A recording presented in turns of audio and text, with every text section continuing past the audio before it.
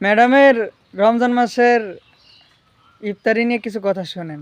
পোলা পান তোমরা যে থামাইয়া থুমাইয়া কাজা ঝগড়া কইরা বেডিরে হেলিকপ্টার দিয়া মোদির কাছে পাঠাইয়া দিলা। রমজান আসছে, এবার বুঝবা কি হারাইছো।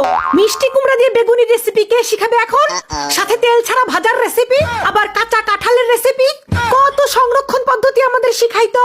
খাইও এবার সেই আলুর চপ বেগুনি এগুলাই খাইও, ইউনিক কিছু আর খাইতে পারবা না। ডালের বড়া, বেগুনি, আলুর চপ এগুলাই খাইবা। এখন থাকলে কত নতুন নতুন রেসিপি দিত না আমাদের। হ্যাঁ, এখন সব মজার মজার রেসিপি গুলা মোদি খাবে। তোমরা বসে বসে চায়া চায়া দেখো, বুঝছো? কিছুই বুঝতেছি না, কি সংরক্ষণ করবো, কেমনে সংরক্ষণ করবো, কেমনে অল্প খরচে রান্না করবো, সব পদ্ধতি ভুলে গেছি। ভাল লাগে না আমারে সারা। আপা আপনি আইসেন, আপনারে সারা এতিম হয়ে গেছি।